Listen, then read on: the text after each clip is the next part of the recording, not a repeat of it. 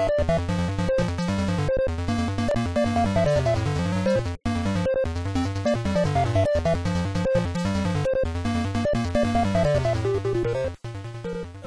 here we go with November's NES game of the month. This time we're going to go with an unlicensed title from Camerica called MiG-29. This game really surprised me. There's a story behind it. Whenever I got it in, the contacts were filthy. It took some major cleaning to get this game set to where it would actually run. However, it was worth it. Once we got that cleaning done, I found a really good, fun title here. So, let's check it out.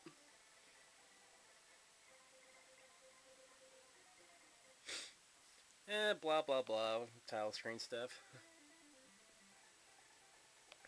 Hopefully I do okay. Sometimes I'm really good at this game, other times I'm just total crap. But the gameplay, it's got numerous types of gameplay.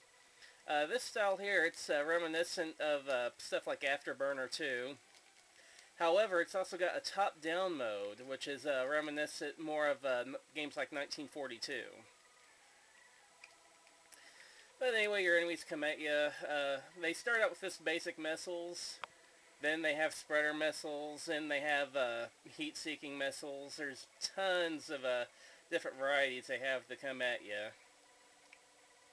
One interesting thing of note is the music, of course, which is obviously the Codemasters Camerica style. I don't know any other way to put it. That weird...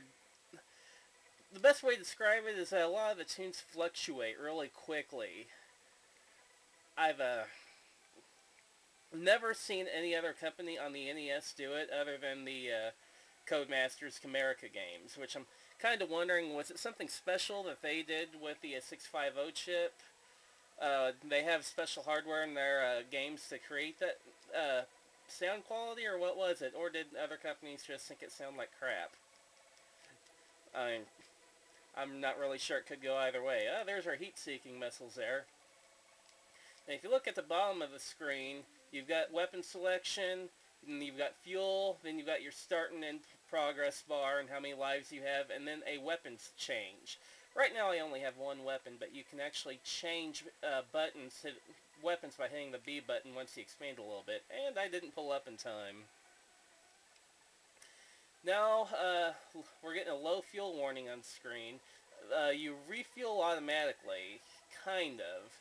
You get the message prepare to refuel, and you move up above the cloud layer to a refuel plane. Kind of interesting how the bad guys don't go above the cloud layer and take out your refueling plane. But you gotta lock on that swinging bar. Ooh, I'm not doing too good this time around. Usually I can tag it pretty quick. There we go. Once you lock on, you get bonus points for how much time's left over, and then he refuels you, and he gives you another weapon.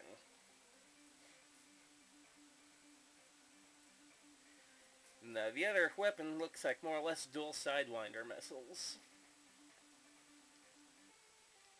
There you go. They have a little bit wider area of effect than your standard missiles. However, if you get hit whenever you're using a special weapon, you use a special weapon that you have equipped at the time. So you do kind of have to watch that. Whenever you get a bunch of heat seekers on the screen, I usually find it's best to kind of rotate around the angles until they explode.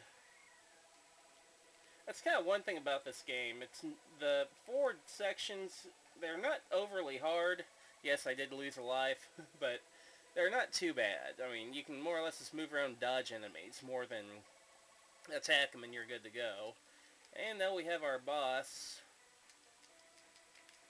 which the first boss is really easy as long as you're pretty decent at seeing the small projectiles that it fires. Just, you know, duck in and out real quick. Let loose with a small barrage, and you're good to go.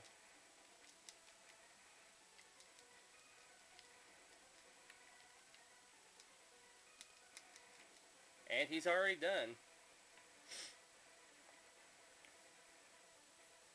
And we got a bonus life and another weapon, which I believe our next weapon is three-way. Yeah, there we go. It's a three-way shot.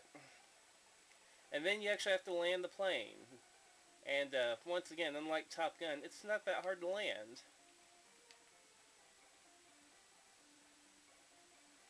There is some turbulence, but you just get to where you want to be, drop your altitude.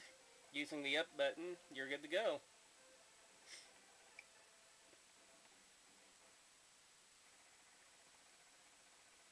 And you get bonus points for however many kills you got. More stuff, blah blah blah. The UTA, World Terrorist Army, has secretly developed it. Oh, UTA? WTA? It looks like a U. Blah blah blah. They developed some kind of super weapon. You gotta go in and destroy the prototype. It's kind of weird how your plane keeps changing colors.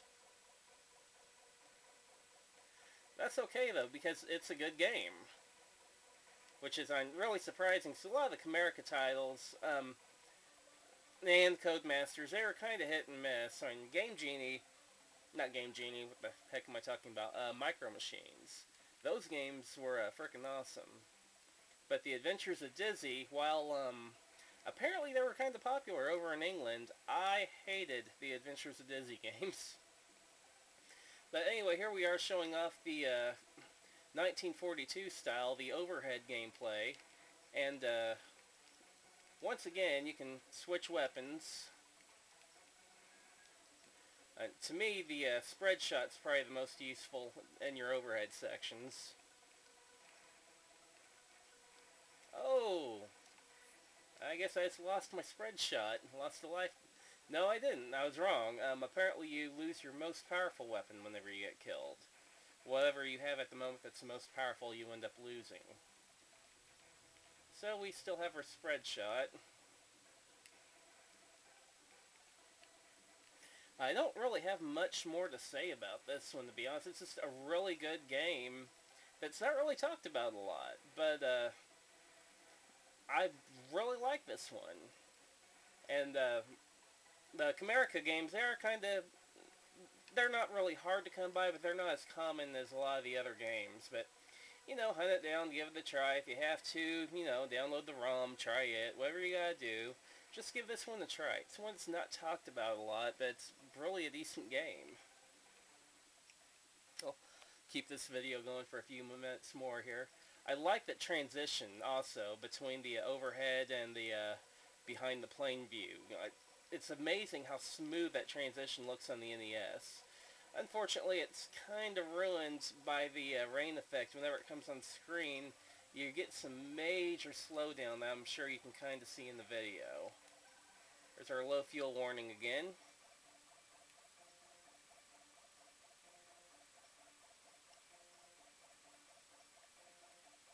Got our plane up there and ready to lock on.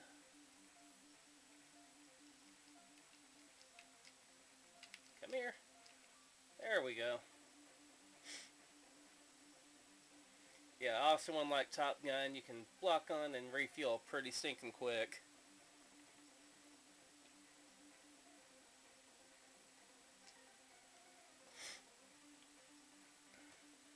And once you refuel, you get a weapons upgrade again.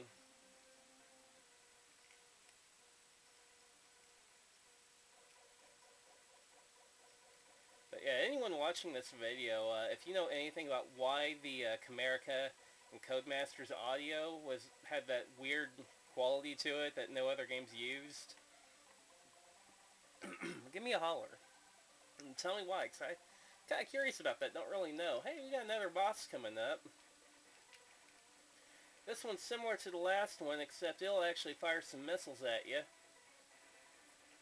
that might hit you, like that one did there to me, and the projectiles move quite a bit faster.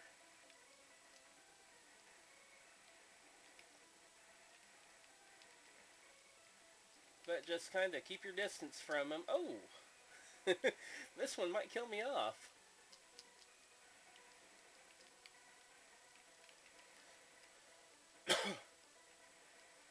Yeah, he actually beat me. Those projectiles move pretty quick compared to the speed of your plane. But either way, wasn't concentrating very much, so I kind of got my rear end handed to me. But MiG-29 is a killer NES game that no one talks about for some reason. So be sure to look it up and check it out.